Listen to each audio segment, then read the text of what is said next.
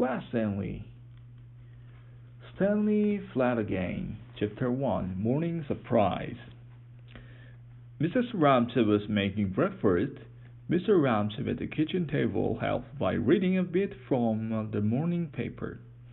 "Here's an odd thing, Harriet," he said. "There is a chicken in Sweden that rides a bike." "So do I, George," said Mrs. Ramsay, not really listening. "Listen to this. Merck building empty to be collapsed next week. Imagine 8 floors." "Poor thing." Mrs. Ramsay set out a plate. "Boys," she called, "breakfast is ready." Her glance fell upon a row of photographs on the wall above the sink.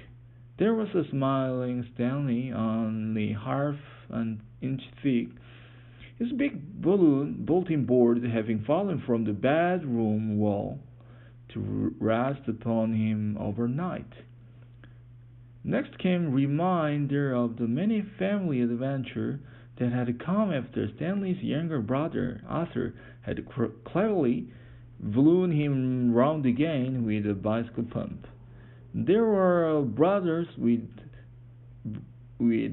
Prince Harald, the young genie who had granted wish for them all, after being accidentally summoned by Stanley from a lamp. There was an entire family with Santa Claus and his daughter Sarah taken during a Christmas visit to the North Pole. There was a family again in Washington, D.C., in the office of the President of the United States, who had asked them to undertake a secret mission into outer space. The last picture showed Arthur standing beside a balloon with Mrs. Ramsay had painted a picture of Stanley's face. The balloon, its string in fact held by Stanley, had been a valuable guide to his presence, since it was invisible at the time. "Boys," she called again, "breakfast!" In their bedroom, Stanley and Arthur had finished dressing. While Stanley filled his backpack, Arthur bounced the tennis ball. "Let's go," he said. "Here, catch." Stanley had just reached for a book on the shelf by his bed. The ball struck his back as he turned, and he banged his shoulder on the corner of the shelf. "Ouch!" "Sorry," Arthur said, "but let's go." "Okay." "You know how long?" "Stanley!" "Why are you shouting?" Stanley adjusted his pack. "Come on, I'm so hungry." He paused. "Oh boy, Arthur, do you see?"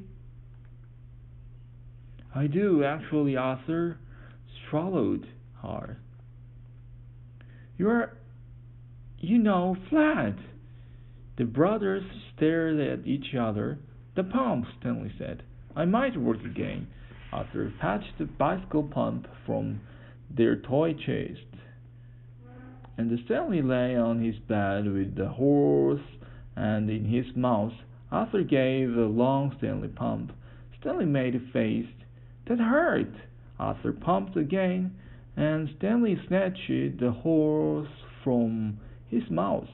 "Oh! That really hurt. It wasn't like that before. We better stop." "Now what?" Arthur said. "We can't just hide in here forever, Mrs. Ramsay spoke again. "Boys, please come." "Do me a favor," Stanley said. "You tell them. Sort of get them ready, okay?" "Okay," said Arthur, and went to tell. Arthur stood in the kitchen doorway. "Hey, guess what?" he said. "Hey, it's Four Horse, dear," said Mrs. Ramsay. "Good morning. Breakfast is ready." "Good morning, Arthur," Mr. Ramsay said from behind his newspaper. "Where's Stanley?" "Guess what?" Arthur said again, Mrs. Ramchef sighed. Oh, all right, I can't guess. Tell. Stanley's flat again, said Arthur. Mr. Ramchef put down his paper. Mrs. Ramchef closed his eyes. Flat again? Is that what you said? Yes, said Arthur. It's true. Stanley stood now beside Arthur in the doorway. Just look. Good grief, said Mr. Ramchef. I can't believe that bulletin board. It didn't fall on me this time, Stanley said. As it got flat, Arthur tried to pump me up like before, but it hurt too much. Oh, Stanley, Mrs. Ramchef ran to kiss him. How do you feel now? Fine, actually, Stanley said. Just a surprise. Can I go to school?